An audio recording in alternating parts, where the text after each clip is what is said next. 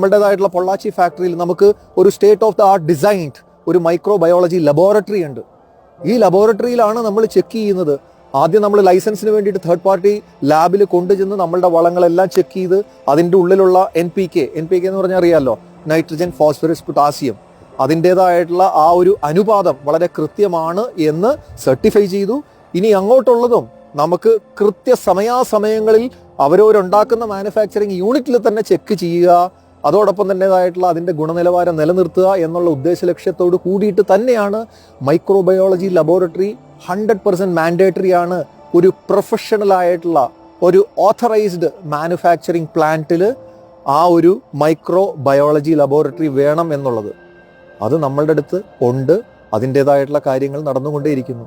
അപ്പോൾ അത്രമാത്രം എല്ലാവർക്കും കോൺഫിഡൻസ് കൊടുക്കത്തക്ക രീതിയിലുള്ള ഒരു സംവിധാനമാണ് നമ്മൾ അറേഞ്ച് ചെയ്തു വെച്ചിരിക്കുന്നത്.